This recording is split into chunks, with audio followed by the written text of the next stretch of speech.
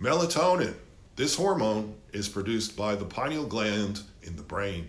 It controls the circadian rhythms and regulates the body's sleep-wake cycle. It's a potent antioxidant that promotes health and immune function.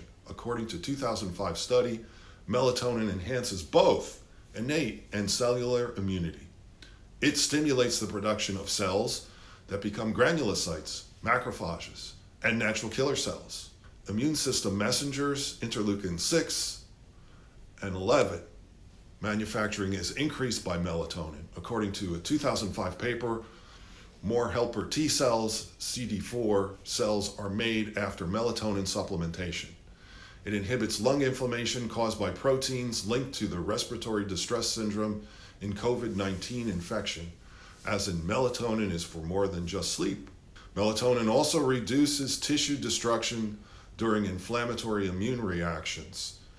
Its antioxidant role as a free radical scavenger has potential to reduce damage in all cells and organs. Melatonin, recommended dosing and best forms. Dosage. Optimal dose varies from person to person, typically ranges from 1 to 8 milligrams per day. Start with a low dose, take an hour before bedtime, and gradually increase until desired effects are reached. Forms: liquid, gel, caps, and gummies, best over tablets. Who is prone to melatonin deficiency? Older and elderly, adults. Serum melatonin levels decrease with age. Chronic pain patients, patients with mood disorders, neurodegenerative disorders like dementia and Parkinson's, cancer patients, people with diabetes, and vegetarians and vegans. Glutathione facts. It's an antioxidant vital to the immune system, as noted in Healthline. Recycles other antioxidants, vitamin C, E, CoQ10, and alpha lipoic acid. It protects the mitochondria against oxidative stress, detoxifies and neutralizes toxins in the liver, lung, kidneys, and intestines, such as medications and drugs, Tylenol and alcohol, and prevents respiratory distress syndrome, often seen in COVID-19. This taken from a 2011 article out of the Journal of Gene Medicine. Inhibits inflammation, but is needed for the correct immune response to an infection, directing inflammatory neutrophils away from the lungs where they can induce ARDS and instead go to the infection site to kill invading pathogens. Recommended dosing and best forms for glutathione. Dosage depends on which form. High dose for oral forms. Dose typically ranges from 200 to 1,000 milligrams per day. Forms sublingual, liposomal, or IV forms. IV preferred. It enhances absorption. It can bypass the digestive tract altogether, and it's where it's poorly absorbed. Milk thistle and turmeric boost its production, as well as NAC. Alpha lipoic acid and the mineral selenium boost its production. This is taken from immunehealthscience.com. Who is prone to glutathione deficiency? Well, with aging, high stress level, smokers and drinkers, anyone on any medication metabolized by the liver, chronic health conditions, this according to Healthline and immunehealthscience.com. Poor nutrition, acute illness, abdominal obesity, radiation exposure from x-rays.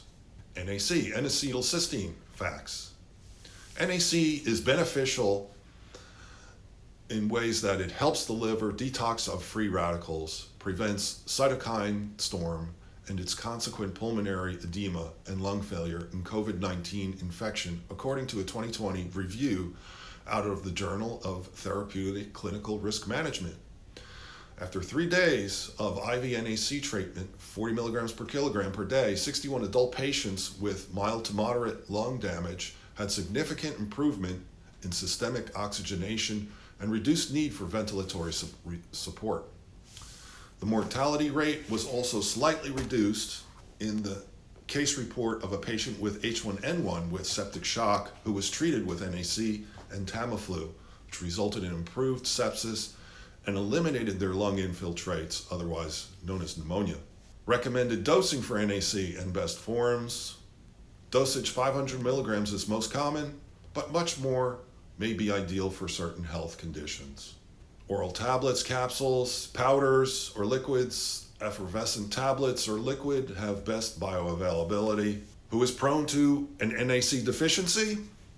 All who have factors that interfere with the body's ability to produce or utilize NAC.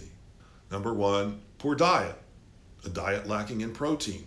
Those containing sulfur-containing amino acids. Number 2, certain medical conditions such as chronic liver disease, HIV, AIDS, cancer, and malabsorption disorders. Number 3, genetic disorders such as cystinosis. 4, medications such as anti-seizure. 5, aging.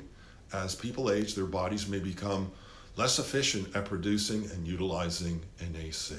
Thank you. Direct your questions to my website.